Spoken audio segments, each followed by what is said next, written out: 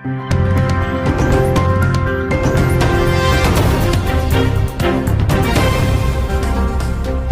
Jungle.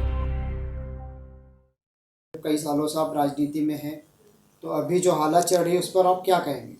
नमस्ते, मैं शेख शफीक, राष्ट्रवादी प्रदेश उपाध्यक्ष अल्पसंख्यक विभाग महाराष्ट्र राज्य और जिला उपाध्यक्ष औरंगाबाद राष्ट्रीय कांग्रेस पार्टी शरद पवार साहब गढ़। विषय ऐसा है कि मैं सबसे पहले हमारे शुगर फैक्ट्री के जो इलेक्शन हुए हैं उसमें जो भाजपा के सदस्य चुन के आए हैं, मैं इनको सबसे पहले मुबारकबाद देता हूँ। और दूसरी मुबारकबाद मैं अब्दुल सत्तार साहब को देता हूँ कि जिन्होंने भाजपा को वहाँ पे विनिरोध किया। सबसे पहले मैं उनका शुक्र अदा करता हूँ। मैं 2-3 दिन से मैं पार्टी काम से बाहर था। कल मैं फेसबुक पे व्हाट्सएप पे देखा हूँ कि सिल्लोड का शुगर फैक्ट्री का इलेक्शन विनिरोध हुआ और ये आश्चर्यचकित और होश उड़ा देने वाला इलेक्शन है। अब्दुल सत्तार साहब जो इतने दबंग लीडर है वो इस मैदान से बाहर हटे, ये तो महाराष्ट्र ने कभी सोचा भी नहीं है, औरंगाबाद डिस्ट्रिक्ट ने कभी सोचा नहीं है। जिस इलेक्शन में चाहे वो सोसाइटी का रहो, ग्राम पंचायत का रहो, या जो जहाँ पे वो लड़ना चाहते तो इतनी तहे से लड़ते इतना कि सामने वाले को तकलीफ में ला लेते। ये इलेक्शन शुगर फैक्ट्री का अब्दुल सत्तार साहब के लोगों ने भी फॉर्म भरे, उनके आदेश से फॉर्म भरेंगे ना, निकाली भी तो उनके आदेश से। फिर ऐसी कौन सी कमज़ोरी हुई थी या इन पर कौन सा प्रेशर आया था? अब्दुल सत्तार महाराष्ट्र के मिनिस्टर, एक दबंग नाम से जाने जाते हैं, उन पर क्या प्रेशर आया था कि उन्होंने इस चुनाव में अपने फॉर्म पीछे लिए और भारतीय जनता पार्टी को विनिरोध किया। अभी 1 महीना पहले मार्केट कमेटी के इलेक्शन हुए, जी दिलो जान से इलेक्शन लड़ा अब्दुल सत्तार साहब ने। उसमें शुगर फैक्ट्री के भारतीय जनता पार्टी के जो डायरेक्टर थे, इन्होंने भी दिलो जान से उसमें इलेक्शन लड़ाए और उनका पराभव हुआ। अब्दुल सत्तार साहब के 17 के 17 चुन के आए। बहुत बड़ा इलेक्शन हुआ, पूरे मराठवाड़े में नाम गया। 1 साइड पैनल अब्दुल सत्तार साहब का चुन के आया और 1 साइड भाजपा का गिरा। फिर करना था तो वो भी विनिरोध करना चाहिए था ना। क्यों इतना करोड़ों रुपए की लड़ाल, क्यों लोगों के आंखों में आना, क्यों कार्यकर्ताओं ने आंखों में आना, क्यों प्रशासन की इतनी परेशानी? वो भी आधे कर लेना चाहिए था। उसमें या तो भाजपा के आधे लेना था, आधे आपके ला लेना था। काहे को 15 दिन टाइम पास। अभी मैंने कल का जो नया देखा, शुगर फैक्ट्री में विनिरोध हो गया। मुझे सबको आश्चर्यचकित हुआ कि लोग अब भाजपा वाले भी जो है तो कार्यकर्ताओं को वहाँ पे एक हिसाब से देखो दिशा भूल कर रहे हैं। भाजपा के जो वरिष्ठ लीडर है इस तरह से दिशा भूल कर रहे हैं कि भारतीय जनता पार्टी के जो कार्यकर्ता है, नौजवान, जो सिर्फ अब्दुल सत्तार के खिलाफ ऐसा चलते, बस बोलते आम्हाला एवढं सोडून सगळं बोला। जुनून है उनको, जुनून, और उनके जुनून का गैरफायदा ये भारतीय जनता पार्टी ले रही है। इसमें अभी क्लियर दिखा है। तो आपको लगता है कि भाजपा वाले जो है तो कार्यकर्ताओं की दिशा भूल कर रहे हैं, उनको भटका रहे हैं? एक तरफ जो है तो अब्दुल सत्तार साहब को विरोध भी कर रहे हैं और फिर समर्थन भी कर रहे हैं। बिल्कुल, ये तो बच्चों को भी राजकारण समझ में आ रहा है और समझ चुका है। इस तरह की घटिया राजनीति, मेरे हिसाब से तो मैं घटिया नहीं बोल सकता, चिल्लर राजनीति जो भारतीय जनता पार्टी कर रही है। और फिर ऐसा ही है तो क्यों विधानसभा में लोगों को आँख में ला रहे?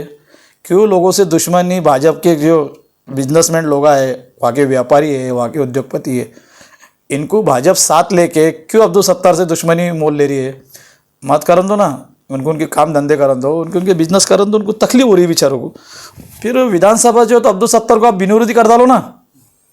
मेरा यही मुद्दा है कि जब शुगर फैक्ट्री आपको विनिरोध चलती, फिर विधानसभा आपको अब्दुल सत्तार की विनिरोध क्यों नहीं चलती? आप खुलेआम उनको पाठिंबा दे दो ना। क्योंकि ऐसा भी कार्यकर्ताओं का भाजपा का मतदान खराब हो रहा है। आपको मारना बोले तो अब्दुल सत्तार को मारना है। बीजेपी के कार्यकर्ता भाजपा को मतदान कर रहे हैं, वेस्टेज जा रहा मतदान। फिर उससे अच्छा लोग बुरा हो रहे हैं अब्दुल सत्तार की नज़र में, लोग के दुश्मन हो रहे हैं, आपके साटे लोटे हो रहे हैं, ऊपर आपके कॉन्ट्रैक्ट के काम हो जा रहे हैं, आपकी सेटिंग हो जा रही है, जो मेन नेता है सिल्लोड के उनके काम हो जा रहे हैं। ये गरीब कार्यकर्ताओं को, भारतीय जनता पार्टी के कार्यकर्ताओं को नहीं समझ में आ रहा है।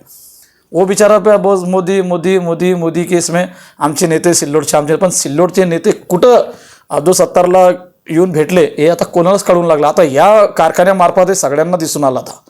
आमची राष्ट्रवादी काय आहे, आमची छोटी छोटी राष्ट्रवादी है, आम्ही तर लड़णारच आहोत।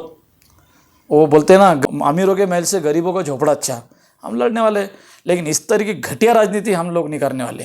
ये घटिया राजकारण, ये क्या, ये शुगर फैक्ट्री में बिनविरोध और भाजपा अब्दुल सत्तार के खिलाफ बिनविरोध, इतनी तो भाजपा की ताकत नहीं है। ये तो फर्स्ट टाइम देखने को मिल रहा है, अब्दुल सत्तार मैदान में और भाजपा बिनविरोध हो रही। ये तो औरंगाबाद में ऐतिहासिक राजकारण हुआ है, किसी को नहीं मालूम। मैं वीडियो द्वारा आपको बता रहा हूँ। पैनल अब्दुल सत्तार का, पैनल भाजपा का, अब्दुल सत्तार की मागर और भाजपा बिनविरोध। कहाँ पे अब्दुल सत्तार की हार हुई और किस तरह से अब्दुल सत्तार को पीछे लेने के लिए भाजपा ने मजबूर किया। ऐसा कौन सा मौका था और ऐसा कौन सा रूप रेशा और कौन सा चैलेंज और कौन सा राजकारण का दबाव भाजपा ने लाया अब्दुल सत्तार पे, ये तो सुनने और देखने ही सी बात है। सर, आप राष्ट्रवादी कांग्रेस पार्टी शरद पवार के एक जिम्मेदार नेता है। बिल्कुल। आपके ऊपर जो है तो अल्पसंख्यक विभाग के उपाध्यक्ष, तो आने वाले विधानसभा लोकसभा में आपकी क्या भूमिका रहेगी? देखो, हमारे सम्माननीय महाराष्ट्र के अध्यक्ष जावेद हबीब साहब, इनके नेतृत्व में हम पूरे मराठवाड़ा, पूरा विदर्भ और अभी हम कोकण दौरा किया है और बहुत काफ़ी अच्छा दौरा हुआ है। और संगठन हम मजबूत करने के लिए जावेद हबीब भाई के साथ में निकले हैं और माशाल्लाह ऊपर वाले करम से हमको बहुत अच्छा रिस्पांस इसमें मिल रहा है। और अभी रमज़ान शुरू हो रहे हैं, रमज़ान की मैं सबसे पहले सबको मुबारकबाद देता हूँ। और रमज़ान के बाद हम अभी और एक संगठन दौरा शुरू करने वाले हैं। हमारे जयंत पाटिल साहब हमको टाइम देने वाले, रोहित दादा पवार है। अभी मुझे महाराष्ट्र बॉडी पे लिया है, मुझे एक जवाबदारी दी है और मैं संगठन में काम करने वाला कार्यकर्ता हूँ। इसलिए हम राष्ट्रवादी जोड़ने, अल्पसंख्यक समाज जोड़ने के लिए अभी महाराष्ट्र भर फिरने वाले हैं।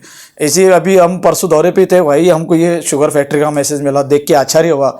इतना आश्चर्य हुआ कि मैं वहाँ पे हमारे कार्यकर्ताओं से बात कर रहा, बोले अब्दुल सत्तार साहब पीछे हट गए। मैंने हाँ, ऐसा कौन सी भाजपा वाले ने इनको प्रेशर लाया अब्दुल सत्तार पे, भाजपा वालों ने प्रेशर लाया? ये तो देखने ही सी बात थी, सुनने ही सी बात थी।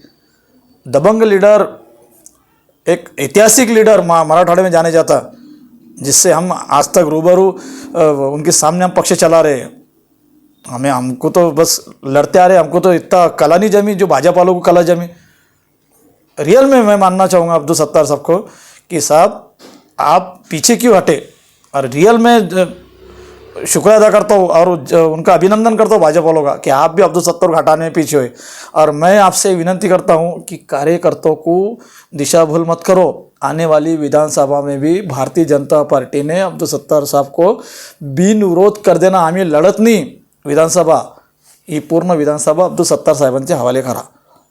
आप नाही करेंगे तो नौजवान कार्यकर्ता, मी कार्यकर्त्यांना विनंती करतो पूर्ण तालुक्यातले भारतीय जनता पक्षाचे या व्हिडिओद्वारे की तुमच्याकडे येताना हे नेते जे असले भारतीय जनता पक्षाचे, तुम्ही स्वतःसाठी बिनविरोध करता, आम्हाला सोसायटी लढवता, आम्हाला ग्रामपंचायत लढवता, आम्हाला तुम्ही तोंडावर आणतात, आम्हाला डोळ्यावर आणतात, मग आमची दुश्मनी अब्दुल सत्तारशी का लावून देतात असा प्रश्न प्लीज तुम्ही विचारा।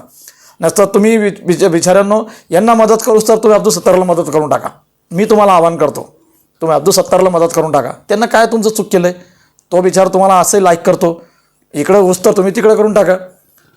दानवे साहेब भेटेले, रावसाहेब दानवे साहेब, हे तर सगळ्यांना माहीत आहे। आता हे त्यांचं दोघांचं प्रेम समोर आलेलं आहे, कुठपर्यंत मनात ठेवता? माझ्या मनातलं मी तोंडावर आणतो, माझा जगजाहीर असतो। म्हणून मी या व्हिडिओद्वारे सांगतो की आता यांची मैत्री कायम राहू द्या। यांच्या मैत्रीला कुठेही गालबोट न लागता यांच्या मैत्रीसाठी आपण आशीर्वाद द्या। यांची मैत्री कुठं तुटू नये अशी अल्लाह ईश्वर चरणी प्रार्थना करा।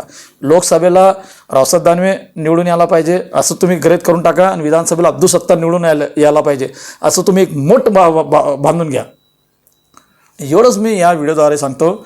आणि मला वाटतं अशा घाणेरड्या राजकारण, थर्ड क्लास राजकारण भाजप ही संपण्याच्या वाटेवर आहे। तालुक्यात संपून जाईन भाजप, मला वाटतं संपूनच जाईन।